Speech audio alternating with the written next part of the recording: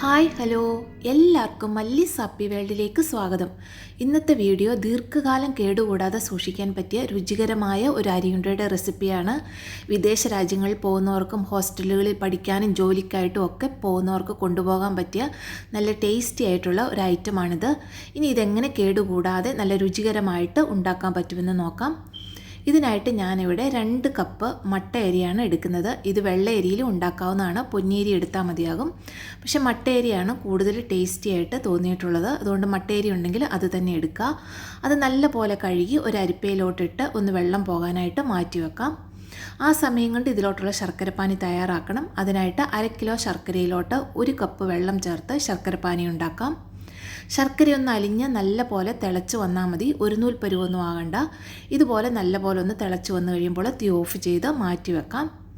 ഈ സമയം കൊണ്ട് നമ്മുടെ അരിയിലെ വെള്ളമെല്ലാം ഒന്ന് പോയിട്ടുണ്ടാകും. ഇനി നമുക്ക് അരി ഒന്ന് വറുത്തെടുക്കാം.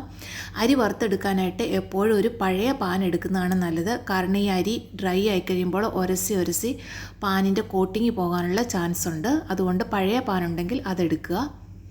ഇനി അരി ഇട്ട് കൊടുത്തതിന് ശേഷം ആദ്യം നല്ല ഹൈ ഫ്ലെയിമിൽ വെച്ചിട്ട് അരിയിലെ വെള്ളമെല്ലാം ഒന്ന് വലിയുന്നിടം വരെ നമുക്ക് വറുത്തെടുക്കാം. ഇപ്പോൾ അരിയിലെ വെള്ളമെല്ലാം ഒന്ന് വലിഞ്ഞു വന്നിട്ടുണ്ട്. ഇപ്പോൾ അരി നല്ലപോലെ ഒന്ന് ഡ്രൈ ആയിട്ടുണ്ട്. ഇനി ഒരു ലോ ടു മീഡിയം ഫ്ലെയിമിൽ വെച്ച് വറുത്തെടുക്കണം. ഇനി അരി ഇതുപോലെ പൊട്ടാൻ തുടങ്ങിക്കഴിയുമ്പോൾ ലോ ഫ്ലെയിമിലോട്ടാക്കിയിട്ട് വേണം വറുത്തെടുക്കാനായിട്ട്. ഞാനിപ്പോൾ അതിലോട്ട് ഒരു 5-6 ഏലക്ക കൂടി ചേർത്ത് കൊടുക്കുന്നുണ്ട്. ഇനി ഇതിന് പകരം ഏലക്കാപ്പൊടി ചേർത്ത് കൊടുത്താലും മതിയാകും. ഇപ്പോൾ അരി നല്ല പോലെ ലോ ഫ്ലെയിമിൽ വെച്ചിട്ട് ഇതുപോലൊന്ന് വറുത്തെടുത്തിട്ടുണ്ട്. ഇതുപോലെ നല്ല പോലെ അരിയെല്ലാം പൊട്ടിത്തീരുന്നിടം വരെ നല്ല പോലെ ഒന്ന് വറുത്തെടുക്കണം. ഇനി അതൊരു പ്ലേറ്റിലോട്ട് നമുക്കൊന്ന് ചെറുതായിട്ട് തണുക്കാനായിട്ട് മാറ്റി വെക്കാം. നല്ല ചൂടായിരിക്കും നമ്മൾ അരി ഇങ്ങനെ വറുത്തെടുക്കുമ്പോൾ. അപ്പോൾ ഇതൊന്ന് മാറ്റി വെക്കണം. ഒരു 10-20 മിനിറ്റെങ്കിലും എടുക്കും അരി ഇതുപോലൊന്ന് വറുത്ത് വരാനായിട്ട്. പെട്ടെന്ന് ഹൈ ഫ്ലെയിമിൽ വെച്ച് വറുത്തെടുക്കരുത്, അപ്പോൾ അതിൻ്റെ ടേസ്റ്റ് മാറിപ്പോകും. ഒരു പതാന്നായിരിക്കും ഉണ്ടാവുക. ഇപ്പം ഞാൻ 2 പ്രാവശ്യമായിട്ട് അരി മൊത്തവും വറുത്തെടുത്തിട്ടുണ്ട്. ഇനി അതേ പാനിലോട്ട് തന്നെ ഞാൻ കുറച്ച് നിലക്കടല, ഒരു 1/2 കപ്പ് നിലക്കടല ചേർത്ത് കൊടുത്ത് അതൊന്ന് ഡ്രൈ ആയിട്ട് വറുത്തെടുക്കുന്നുണ്ട്. എണ്ണയോ നെയ്യോ ഒന്നുമില്ലാതെ ഡ്രൈ ആയിട്ടാണ് വറുത്തെടുക്കുന്നത്. അതിലോട്ട് തന്നെ ഒരു 1/2 കപ്പ് കാഷ്നട്ട് കൂടി ചേർത്ത് കൊടുക്കുന്നുണ്ട്. നിങ്ങളുടെ കയ്യിലുണ്ടെങ്കിൽ ഏതെങ്കിലും ഒരു നട്ട് ചേർത്ത് കൊടുക്കുന്നത് കൂടുതൽ ടേസ്റ്റിയാണ്. ഇപ്പം ഞാൻ 2ഉം 1/2 കപ്പ് വീതം ചേർത്ത് കൊടുത്ത് ഒന്ന് വറുത്തെടുക്കുന്നുണ്ട്. എണ്ണയിലല്ല വറുത്തെടുക്കുന്നത്, ഇതുപോലെ എണ്ണയോ നെയ്യോ ഒന്നും ചേർക്കാതെ ഒന്ന് വറുത്തെടുക്കാം. ഇപ്പം ഞാൻ അതും ഒന്ന് വറുത്തെടുത്തിട്ടുണ്ട്. അതും ഒരു പ്ലേറ്റിലോട്ട് മാറ്റി വെക്കാം. അതും ഒന്ന് ചെറുതായിട്ട് തണുത്ത് വരട്ടെ. ഇനി ഒരു 10-15 മിനിറ്റ് കഴിഞ്ഞതിന് ശേഷം നമ്മൾ വറുത്ത അരി ചെറിയൊരു ചൂടോടുകൂടി ഒന്ന് പൊടിച്ചെടുക്കണം. അതിനായിട്ട് മിക്സിയുടെ പൊടിയുന്ന ജാറിലോട്ട് ഇട്ട് കൊടുക്കാം. ഞാനിപ്പോൾ 2 പ്രാവശ്യമായിട്ടാണ് പൊടിച്ചെടുക്കുന്നത്. നല്ല ഫൈൻ പൗഡറായിട്ട് അരി നമുക്ക് വറുത്ത് പൊടിച്ചെടുക്കാം. ഒട്ടും തരികളില്ലാതെ പൊടിച്ചെടുക്കാൻ പറ്റുമോ അത്രയും തരികളില്ലാതെ പൊടിച്ചെടുക്കാനായിട്ട് ശ്രദ്ധിക്കുക. അരിച്ചെടുക്കേണ്ട ആവശ്യമൊന്നുമില്ല, നല്ല പോലെ തരി ഇല്ലാതെ ഒന്ന് പൊടിച്ചെടുത്താൽ മതിയാകും. ഇപ്പം ഞാൻ 2 പ്രാവശ്യമായിട്ട് തരികളൊന്നുമില്ലാതെ മുഴുവനും പൊടിച്ചെടുത്തിട്ടുണ്ട്. ഇനി അതേ ജാറിലോട്ട് തന്നെ നമ്മൾ വറുത്ത് വെച്ചിരിക്കുന്ന നട്ട്സ് കൂടി ഇട്ട് കൊടുക്കാം.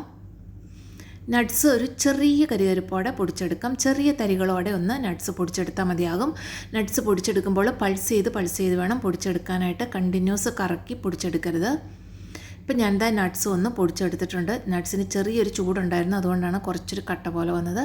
ഇത് ചൂടാറാനായിട്ട് ഞാൻ വീണ്ടും ഒന്ന് നിരത്തിയിട്ട് കൊടുക്കുന്നുണ്ട്. ഇനി നമുക്ക് ഉണ്ട ഉണ്ടാക്കാനായിട്ട് ഒരു പാനിലോട്ട് ഞാൻ 1 ടേബിൾ സ്പൂൺ നെയ്യ് ഒഴിച്ച് കൊടുക്കുന്നുണ്ട്. നെയ്യ് ഓപ്ഷണലാണ്, നെയ്യ് ഇഷ്ടമുണ്ടെങ്കിൽ മാത്രം ചേർത്ത് കൊടുത്താൽ മതി. 1 ടേബിൾ സ്പൂൺ നെയ്യ് ഉണ്ടെങ്കിൽ കുഴപ്പമൊന്നുമില്ല, കേടുകൂടാതെ ഇരുന്നോളും. ഒത്തിരി നെയ്യ് ചേർത്താൽ കേടുകൂടാതെ ഇരിക്കാനായിട്ട് കുറച്ച് ബുദ്ധിമുട്ടാണ്. അതുകൊണ്ട് 1 ടേബിൾ സ്പൂൺ നെയ്യ് മാത്രം ചേർത്ത് കൊടുത്താൽ മതിയാകും. ഇനി അതിലോട്ട് 1 കപ്പ് തേങ്ങ ഇട്ട് കൊടുക്കാം. 1-1.5 കപ്പ് തേങ്ങ ചേർത്ത് കൊടുക്കാവുന്നതാണ്. ഞാൻ 1 കപ്പ് തേങ്ങ ഇട്ട് കൊടുത്തിട്ടുണ്ട്. ഇനി തേങ്ങ നല്ല പോലെ ഡ്രൈ ആക്കി ഒന്ന് വറുത്തെടുക്കണം. ഈ ഒരു കളർ ആകുന്നിടം വരെ നല്ല പോലെ ഒന്ന് ഡ്രൈ ആക്കി വറുത്തെടുക്കണം. ഒത്തിരി അങ്ങ് ബ്രൗൺ കളറായി വറന്നു പോകരുത്. ഈ ഒരു കളറിൽ ഒരു ലൈറ്റ് ബ്രൗൺ കളർ ആകുന്നിടം വരെ അതിൽ വെള്ളമെല്ലാം നല്ല പോലെ വലിഞ്ഞു വരുന്നിടം വരെ ഒന്ന് വറുത്തെടുക്കണം തേങ്ങ. ഇനി അതിലോട്ട് നമ്മൾ നേരത്തെ റെഡിയാക്കി വെച്ച ശർക്കരപ്പാനി ഒന്ന് അരിച്ചിട്ട് ഒഴിച്ചു കൊടുക്കാം. ഇനി ശർക്കരയും തേങ്ങയും കൂടി നല്ല പോലെ ഒന്ന് മിക്സ് ചെയ്ത് ഒരു 2-3 മിനിറ്റ് സമയം നമുക്കൊന്ന് തിളപ്പിച്ചെടുക്കാം. ആ സമയത്ത് ഞാൻ ഇതിലോട്ട് ഒരു 1/4 ടീസ്പൂൺ ഉപ്പ് ചേർത്ത് കൊടുക്കുന്നുണ്ട്. ആ മധുരമൊക്കെ ഒന്ന് ബാലൻസ് ചെയ്യാനായിട്ടാണ്. അതുപോലെ എപ്പോഴും ഞാൻ ശർക്കര ചേർത്തുണ്ടാക്കുന്ന വിഭവങ്ങളിൽ 1 ടേബിൾ സ്പൂൺ പഞ്ചസാര കൂടി ചേർത്ത് കൊടുക്കാറുണ്ട്. പഞ്ചസാരയും കൂടി ചേർത്ത് നല്ല പോലെ ഒന്ന് മിക്സാക്കി എടുക്കാം. അപ്പോൾ ആ ശർക്കരയുടെ മധുരം ഒന്ന് ബാലൻസ് ആയിട്ട് കിട്ടും. ഇപ്പോൾ ഇതാ നമ്മുടെ ശർക്കരയും തേങ്ങയും ചേർന്ന് ആ കൂട്ട് നല്ലപോലെ ഒന്ന് തിളച്ച് വന്നിട്ടുണ്ട്. അതിലോട്ട് ഞാൻ ആദ്യം ചേർത്ത് കൊടുത്തത് നമ്മൾ നട്ട്സ് പൊടിച്ച ആ മിക്സാണ്. നട്ട്സ് പൊടിച്ച ആ മിക്സ് ചേർത്ത് ലോ ഫ്ലെയിമിൽ വെച്ചിട്ട് നല്ലപോലെ ഒന്ന് മിക്സ് ചെയ്തെടുക്കാം. ഇതുപോലെ നല്ല പോലെ ഒന്ന് മിക്സാക്കി എടുക്കണം. ലോ ഫ്ലെയിമിൽ വെച്ച് കൊടുക്കാനായിട്ട് ശ്രദ്ധിക്കണം. ഇനി ഇതിലോട്ട് നമുക്ക് അരി വറുത്ത് പൊടിച്ച് വെച്ചിരിക്കുന്നതും കൂടി ചേർത്ത് നല്ല പോലെ ലോ ഫ്ലെയിമിൽ വെച്ചിട്ട് മിക്സ് ചെയ്തെടുക്കാം. ഇപ്പോൾ ഇതുപോലെ നിങ്ങൾക്ക് മിക്സ് ചെയ്യാൻ ബുദ്ധിമുട്ടുണ്ടെങ്കിൽ പകുതി വീതം വെച്ച് ചേർത്ത് മിക്സ് ചെയ്തെടുക്കാവുന്നതാണ്. ഞാനിപ്പോൾ ഒന്നിച്ച് ചേർത്തിട്ട് ഒന്നിച്ച് തന്നെ അങ്ങ് മിക്സ് ചെയ്തെടുക്കുകയാണ്. വളരെ എളുപ്പം നമുക്കിത് മിക്സ് ചെയ്തെടുക്കാൻ പറ്റും. ഒത്തിരി അങ്ങ് കട്ടിയൊന്നും ആകത്തില്ല. നമ്മൾ ശർക്കരപ്പാനി ഒത്തിരി നേരം ഇട്ട് തിളപ്പിക്കരുത്. 1-2 മിനിറ്റ് മാത്രമേ ശർക്കരപ്പാനി തിളപ്പിച്ച് തേങ്ങയുടെ കൂട്ടിൽ ആക്കാൻ പറ്റത്തുള്ളൂ. അല്ലെങ്കിൽ നമ്മുടെ ഉണ്ടയെല്ലാം ഒത്തിരി കട്ടിയായി പോകും. ഇപ്പോൾ നല്ല പോലെ ഒന്ന് മിക്സായി വന്നിട്ടുണ്ട്. ഈ ഒരു പരുവത്തിൽ പാനിൽ നിന്നൊക്കെ ഒന്ന് വിട്ട് വരുന്നൊരു പരുവാകുമ്പം നമുക്കെടുക്കാം. ഇത് പെട്ടെന്ന് തന്നെ ഇങ്ങനെ ആയിക്കോളും. നമ്മൾ മിക്സ് ചെയ്ത് വരുമ്പോൾ തന്നെ ഇതുപോലെ പാനിയിൽ നിന്ന് വിട്ട് വരുന്നൊരു പരുവത്തിലായിരിക്കും കിട്ടുക. ഇനി നമുക്കിത് അടച്ച് ഒന്ന് ചെറുതായിട്ട് തണുക്കാനായിട്ട് മാറ്റി വെക്കാം. തുറന്ന് വെക്കരുത്, ഡ്രൈ ആയി പോകും, ഒത്തിരി കട്ടിയായി പോകും. ഇപ്പോൾ ഞാൻ ഒരു 15 മിനിറ്റ് അടച്ചു വെച്ചിട്ടുണ്ട്. അത് കഴിഞ്ഞിട്ട് ഇതൊന്ന് ഉരുട്ടിയെടുക്കാം. ഒത്തിരി തണുത്ത് പോകുന്നതിന് മുന്നേ തന്നെ നമ്മളിത് ഉരുട്ടിയെടുക്കണം. അപ്പോഴാണ് നമുക്കിത് കറക്റ്റ് ഷേപ്പ് ചെയ്തെടുക്കാൻ പറ്റുക. ഇതിൽ കയ്യിൽ നമ്മൾ എണ്ണയോ നെയ്യോ ഒന്നും തടവേണ്ട യാതൊരു ആവശ്യവുമില്ല. ഇതുപോലെ കയ്യിൽ വെച്ച് നല്ല ടൈറ്റായിട്ട് പ്രസ് ചെയ്ത് ഉരുട്ടിയതിന് ശേഷം ഇതുപോലെ 2 കൈയിലും കൂടി ഇട്ടൊന്ന് ബോളാക്കി എടുക്കാവുന്നതാണ്. ഇപ്പോൾ നല്ല പെർഫെക്റ്റ് ആയിട്ട് നമ്മുടെ ഉണ്ടയുടെ ഉരുട്ടിയെടുത്തിട്ടുണ്ട്. ഇതുപോലെ തന്നെ നമുക്ക് ബാക്കിയുള്ളതും കൂടി ഉരുട്ടിയെടുക്കാം. ഇതാണ് ഉണ്ടയുടെ കറക്റ്റ് കളർ എന്ന് പറയുന്നത്. ഇവിടെ ലൈറ്റിന് കുറച്ച് വ്യത്യാസം ഉള്ളതുകൊണ്ടാണ് ഞാൻ ആ ഫോട്ടോയിൽ അത് കാണിച്ചു തന്നെ. വീഡിയോ എടുക്കുമ്പോൾ കൗണ്ടർ ടോപ്പിൽ കുറച്ച് വ്യത്യാസം വരുന്നുണ്ട്. നമ്മൾ മിക്സ് ചെയ്തപ്പോൾ ഉള്ള അതേ കളർ തന്നെയാണ് ഉണ്ടയാക്കി എടുക്കുമ്പോഴും കിട്ടുക. കണ്ടോ, നല്ല സോഫ്റ്റ് ആയിട്ടുള്ള ഉണ്ടയാണ്. നമ്മൾ പൊട്ടിക്കുമ്പോൾ അങ്ങനെ പൊടിഞ്ഞ് താഴെ പോവുകയോ ഒന്നും ചെയ്യത്തില്ല. എന്നാൽ നല്ല സോഫ്റ്റായിട്ട് നമുക്ക് പൊട്ടിച്ചെടുക്കാനും നല്ല ടേസ്റ്റി ആയിട്ട് നല്ല സോഫ്റ്റായിട്ട് കഴിക്കാനും പറ്റുന്ന രുചികരമായ കേടുകൂടാതെ ഇരിക്കുന്ന ഉണ്ട എല്ലാവരും ട്രൈ ചെയ്ത് നോക്കുക.